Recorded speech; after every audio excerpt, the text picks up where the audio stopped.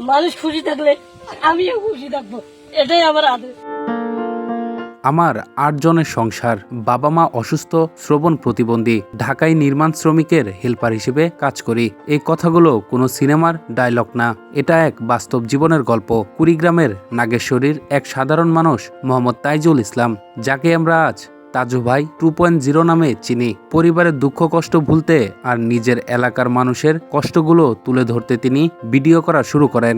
না আছে তার বড় কোনো স্বপ্ন, না আছে ভাইরাল হওয়ার লোভ, তার একটাই ইচ্ছা যেন তার এলাকার মানুষ একটু ভালোভাবে বাঁচতে পারে।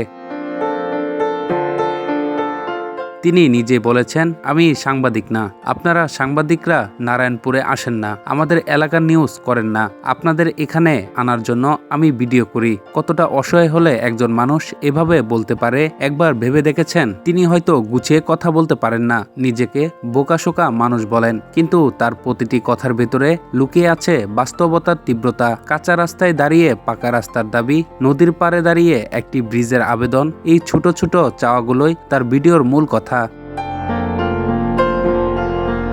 কিন্তু দুঃখজনকভাবে আমরা তার কথাগুলো শোনার বদলে তাকে নিয়েই হাসাহাসি করছি। কেউ বলছে সে সাংবাদিক না, কেউ বলছে তার ভাষা ঠিক নেই, অথচ তিনি নিজে বলেছেন, আপনারা আমাকে ট্রল করেন, এতে আমার কষ্ট নেই। ভাবুন তো কতটা শক্ত হলে একজন মানুষ এমন কথা বলতে পারে। তিনি কারো ক্ষতি করেননি, কোনো মিথ্যা ছড়াননি, বরং চেষ্টা করেছেন চরের মানুষের কষ্টগুলো আমাদের সামনে তুলে ধরতে। তবু আমরা তাকে বুঝতে পারিনি, বরং তাকে নিয়ে বিনোদন খুঁজছি।